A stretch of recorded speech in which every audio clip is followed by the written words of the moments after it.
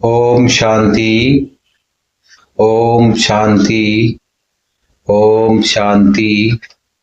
आज हम प्यारे बाबा के महावाक्य दिनांक 4 नवंबर 2025 के सुनेंगे। बाबा ने कहा, मीठे बच्चे, अभी तुम सत्य बाप द्वारा सत्य देवता बन रहे हो। अभी तुम सत्य बाप द्वारा सत्य देवता बन रहे हो, इसलिए सतयुग में सत्संग करने की जरूरत नहीं। इसीलिए सतयुग में सत्संग करने की जरूरत नहीं। आज का प्रश्न है, सतयुग में देवताओं से कोई भी विकर्म नहीं हो सकता। सतयुग में देवताओं से कोई भी विकर्म नहीं हो सकता। क्यों? उत्तर है, क्योंकि उन्हें सत्य बाप का वरदान मिला हुआ है।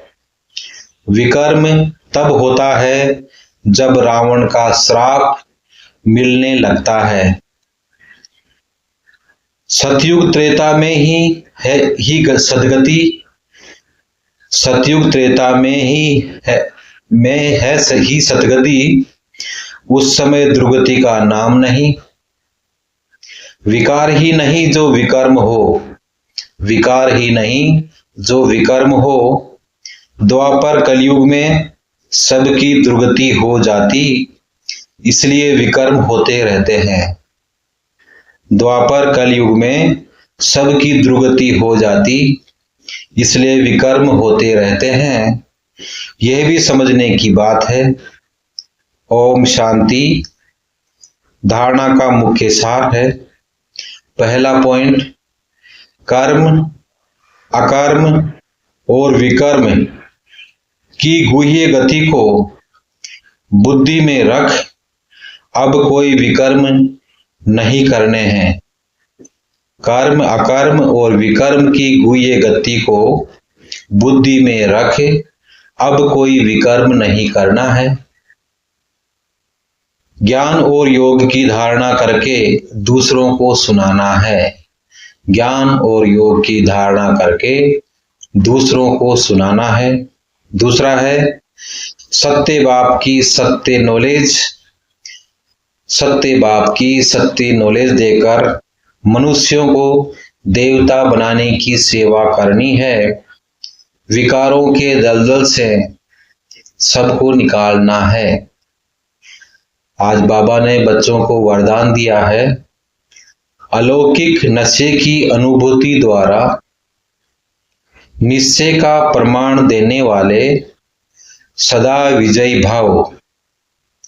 अलौकिक रूहानी नशा निश्चय का दर्पण है, निश्चय का प्रमाण है। नशा और नशे का प्रमाण है। नशा और नशे का प्रमाण है खुशी। जो सदा खुशी और नशे में रहते हैं, जो सदा खुशी और नशे में रहते हैं, उनके सामने माया की कोई भी चाल चल नहीं सकती। बेफिक्र बादशाह की बादशाही के अंदर माया आ नहीं सकती। अलौकिक नशा सहज ही पुराने संसार व पुराने संस्कार भुला देता है।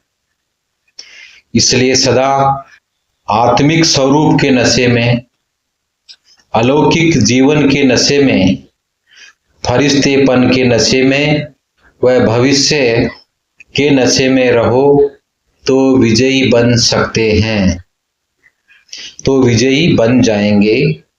आज का स्लोगन है, मधुरता का गुण ही ब्राह्मण जीवन की महानता है। मधुरता का गुण ही ब्राह्मण जीवन की महानता है। इसलिए मधुर बनो और मधुर बनाओ। इसलिए मधुर बनो और मधुर बनाओ। अव्यक्त इशारे हैं, अशरीरी व विदेही स्थिति का अभ्यास बढ़ाओ। अशरीरी व विदेही स्थिति का अभ्यास बढ़ाओ। जैसे विदेही बाप दादा को देह का आधार लेना पड़ता है, जैसे विदेही बाप दादा को देह का आधार लेना पड़ता है, बच्चों को विदेही बनाने के लिए ऐसे आप सभी जीवन में रहते, देह में रहते, विदेही आत्मा स्थिति में स्थित हो, इस देह द्वारा करावनहार बन करके कर्म कराओ। ये देह करणहार है, आप देही करावनहार हो। इसी स्थिति को विदेही स्थिति कहते हैं। इसी स्थिति को विदेही स्थिति कहते हैं। इसी को ही फॉलो फादर कहा जाता है। बाप को फॉलो करने की स्थिति है सदा अशरीरी भाव, सदा अशरीरी भाव, विदेही भाव, निराकारी भाव। ओम शांति। शुक्रिया बाबा, आपका पद्मा पदम। शुक्रिया, शुक्रिया।